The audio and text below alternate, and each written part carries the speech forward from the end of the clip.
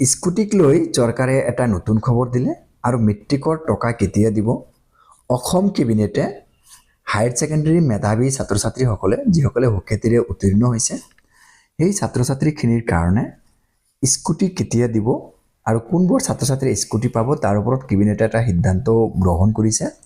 চ' এই স্কুটি ছাত্ৰ ছাত্ৰীখিনিয়ে কেতিয়ালৈ পাব তাৰ ওপৰত আৰু লগতে মেট্ৰিক উত্তীৰ্ণ হোৱা মেধাৱী শিক্ষাৰ্থীসকলে আনন্দৰাম বৰুৱা এৱাৰ্ডৰ যি কেছ প্ৰাইজ মানে কেছ টকা পাব সেই টকাখিনিও কেতিয়া পাব আজি ভিডিঅ'টো এই কথাখিনি বিতংভাৱে আলোচনা কৰিম।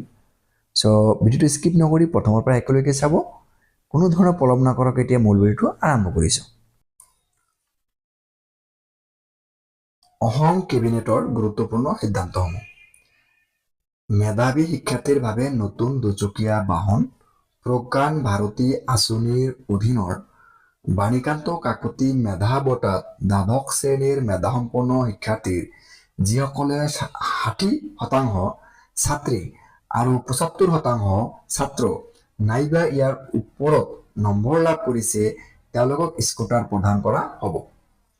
এই আঁচনিৰ অধীনত 2024 চনৰ বাবে 48,673 গৰাকী ছাত্ৰ ছাত্ৰীক 375,74,02,038 টকা ব্যয়েৰে স্কুটাৰ প্ৰদানৰ বাবে কেবিনেটত অনুমোদন জনোৱা হয়।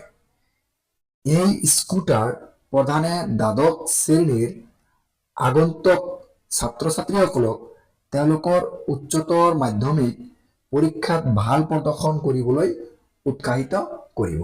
চ' কেবিনেটে এই সিদ্ধান্তটো লৈছে যাতে ছাত্ৰ ছাত্ৰীখিনিক স্কুটাৰ প্ৰদান কৰিলে আগন্তুক শিক্ষাবৰ্ষত ছাত্ৰ ছাত্ৰীখিনি উৎসাহিত হৈ আৰু ভাল ফলাফল প্ৰদৰ্শন কৰিব পাৰে। এতিয়া এই বাণীকান্ত কাকতি যিটো মানে আঁচনি তাৰ আন্ধাৰত স্কুটি কেতিয়া প্ৰদান কৰা হ'ব আৰু লগতে মেট্ৰিক পৰীক্ষাৰ্থীসকলে যিবোৰ সুখ্যাতিৰে উত্তীৰ্ণ হৈছে মেধাৱী ছাত্ৰ ছাত্ৰীখিনিক কেতিয়ালৈ আনন্দৰাম বৰুৱা এৱাৰ্ডৰ আণ্ডাৰত কেছ এৱাৰ্ড বা টকা দিব সেইখিনি তথ্য মোৰ হাতত অহাৰ লগে লগে মই আপোনালোকক জনাই দিম। Thank U.